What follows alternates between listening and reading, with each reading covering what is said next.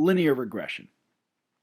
Suppose you have some data, some XY data, and you want to find a best fit for this, such as this line here. How do you go about doing that? We're going to derive that here.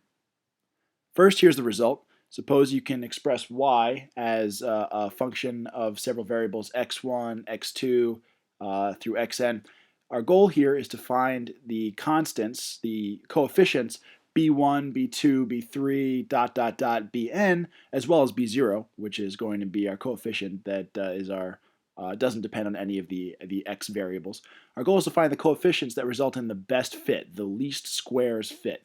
So given any xy data, here's a formula for that fit, and we're going to derive that now.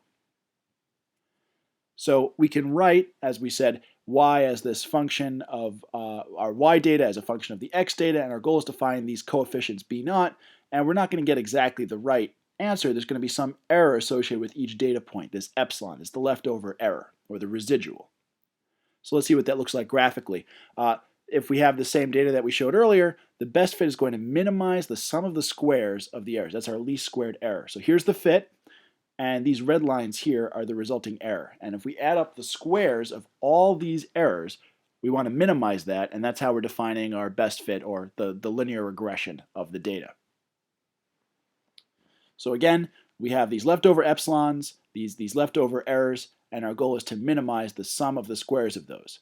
But suppose we have lots of different data points. So we're not going to, this equation here that we have is y with b0 and b1 and x1. How do we extend that to include multiple data points? Well, we're going to turn y into an array containing all the different y values.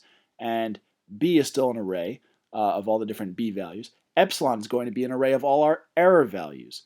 And now we're going to have to create a matrix containing all the x's. So let's look at what that looks like. So x is going to be a matrix, and in each of the different columns, we're going to have different variables. So the first column corresponds to b0, which we just multiply by 1 each time. It doesn't depend on x. We have a column of 1s. The second column is going to be all our x measurements of x1, and our third column, all our measurements of x2. And each row corresponds to a different measurement. So the first row corresponds to our first measurement, our first measured value of x1, our first measurement of x2, and so on.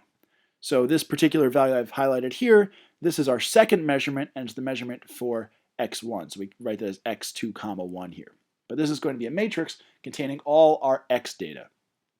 And similarly, we're going to have an array for all our y data, as well as our errors, epsilon. And these are going to be, each row here corresponds to a distinct measurement of y.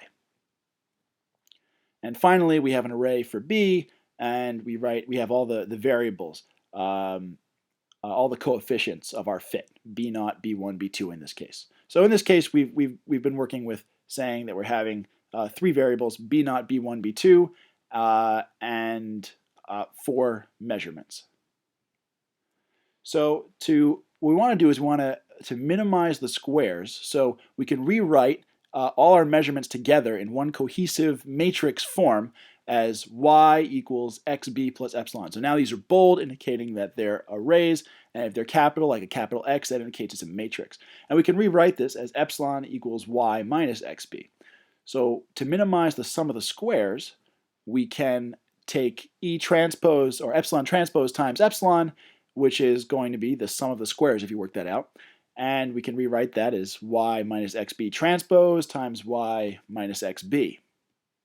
So rather than solving for b0, b1, b2, etc. simultaneously, we're just going to solve for one of them, since they all kind of act independently.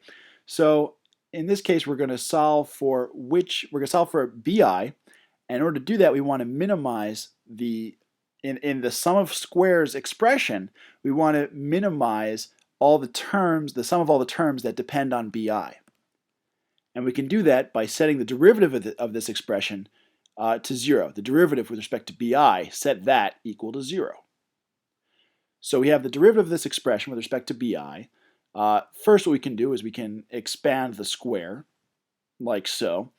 And also, we notice that the sum is over j, whereas the derivative is over bi, so we can actually switch the sum and the derivative. And now we have something that we can work with. We can take the derivative of this expression inside the sum, this expression inside the parentheses, with respect to bi. And we do that, and we're left with the following. And we can then solve for bi. Bi, again, we can pull that out of the sum since it doesn't interact with the sum of all the sums over j, and we're talking about bi. And we get this expression for bi. So bi is the sum over j. Remember, j now is summing over all the different data points of this xji yj over the sum. All right, this expression looks pretty complicated, but it's a little messy because of our index notation. So what we can do instead to make it a little less complicated is write it in matrix form.